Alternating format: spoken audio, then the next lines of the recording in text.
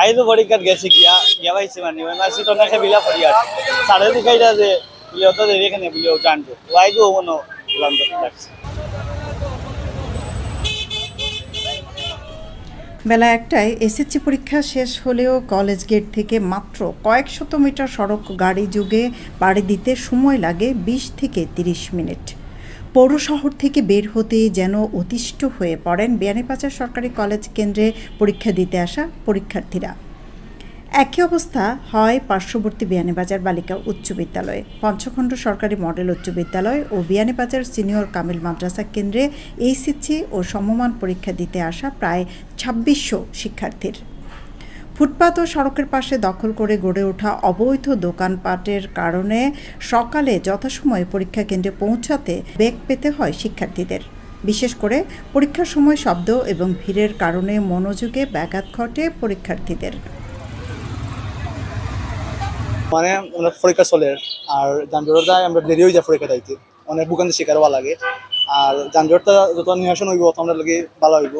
তাহলে প্রশাসনের দৃষ্টি আকর্ষণ করলাম যে আমরা যানজটটা যানজট লাগে অনেক সময় পরীক্ষা লেটও হয়। আর যেহেতু নিয়ম কানুন আছে পরীক্ষা তোমার স্যার খুব ইয়ে করেন টাকার সময় আছে পরীক্ষা লাগিয়ে আছে কিন্তু যানজটের কারণে আমরা মানে গাড়ি দিয়ে আমরা যাইতে পারি না। যানজটের কারণে গাড়ি জাম থাকে, বেশি যানজট। আর কাঁচামাল ও রাস্তায় অনেকটা জরুরি আছে কাঁচামাল ওটা আরো গাড়ি এগুলা রাস্তা সীমিত হয়ে গেছে ওরা আর ও কাঁচামালের ব্যবসাটা জরুরি লাগবে। আমরা রাস্তা ছাড়িয়ে দিন অন্য কোথাও জায়গা নির্দিষ্ট জায়গা বাজারের ভিতরে নির্দিষ্ট জায়গা যদি থাকতে পারে তো রাস্তা আরো বড় হইব, প্রশস্ত হইব, তো গাড়ি চলাচল করতে পারবো খুব সহজে অনেকটা।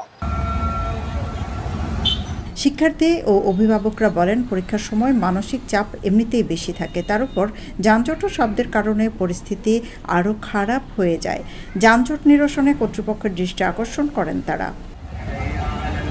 দেখা যায় রাস্তার মাঝখানে গাড়ি পার্কিং করিয়া মানুষ যাই আর ওদিন পার্কিং করেন আর ওই এক গাড়ির কারণে অনেক গাড়ি আটকে যায়। এর কারণে আমরা অনেক সমস্যা, অনেক মানুষের সমস্যা।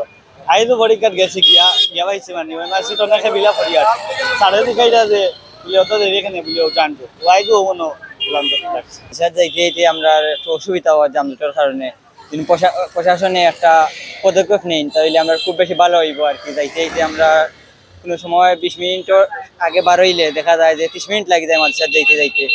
আর যদি একটা ভালো একটা পদক্ষেপ নেই তাহলে আমরা খুব বেশি ভালো হইল না যাইতে মাদ্রাসা পরীক্ষা দিতেও একটু কষ্ট হয়ে যায় গিয়া যাইতে। দীর্ঘদিন ধরে যানজট, এখানে খুব প্রচুর যানজট। এখন পরীক্ষা চলে ছাত্ররা যাইতে পারে না, রাস্তাঘাট খুব কষ্ট হয়। আর রাস্তাঘাটও ভাঙ্গা, এখানে যে টার্নিং লইতো এখানে প্রচুর ভাঙ্গা পয়েন্ট খানো। আর কাঁচামাল, বিশেষ করে কাঁচামাল এগুলো তো যে চৌকো লাগার কথা সেখানে কোনো কর্তৃপক্ষ নাই নি বিয়ানীবাজার আছে। এরা কিছু যাত্রী মানে সমস্যা করে জাম লাগিয়ে আনলে এবারে আমরা রুগিলিয়া যাইতে এলো মনে করো কাঁচামাল সবজি বাজার আছে, এরা কিছু একটু প্রবলেমও করে, গাড়িতেও যায় না, পার্কিং করা যায় না, একটু যায় ঝামেলা। তীব্র যানজটে দীর্ঘ সময় আটকে থাকলেও যানজট নিরসনে আইনশৃঙ্খলা বাহিনীর পর্যাপ্ত ট্রাফিক পুলিশের দেখা মেলেনি। অবৈধ দোকানপাট ও সড়কে গাড়ির স্ট্যান্ড গড়ে ওঠার বিষয়ে বিয়ানীবাজার উপজেলা নির্বাহী কর্মকর্তা বলেন, এ বিষয়ে সকলের সাথে আলোচনা করে সমাধানের উদ্যোগ নেওয়া হবে। পরিকল্পনা আছে, আমরা আগামী সপ্তাহে আমরা একটু সবাইকে নিয়ে যত স্টেক হোল্ডার আছে, নানা রকম সমিতি, গাড়ি সমিতিগুলো আছে বা যারা রাজনীতিবিদ আছেন সবাইকে নিয়ে বসবো। সবাই মিলে একটু সিদ্ধান্ত নিক, মানে সিদ্ধান্ত বাস্তবায়ন করার দায়িত্ব আমার। সবাইকে কথা বলে যাতে ব্যাপারটা হয়, যাতে পরে কেউ আপত্তি করতে না পারে যে আমরা জানতাম না বা আমাদের অবজারভেশন আছে, যেহেতু এখানে অনেকগুলো বিষয় আছে। তো আগামী সপ্তাহে আমি মাঝামাঝি দেখে বসবো, তারপরে এই বিষয়ে ইনশাল্লাহ।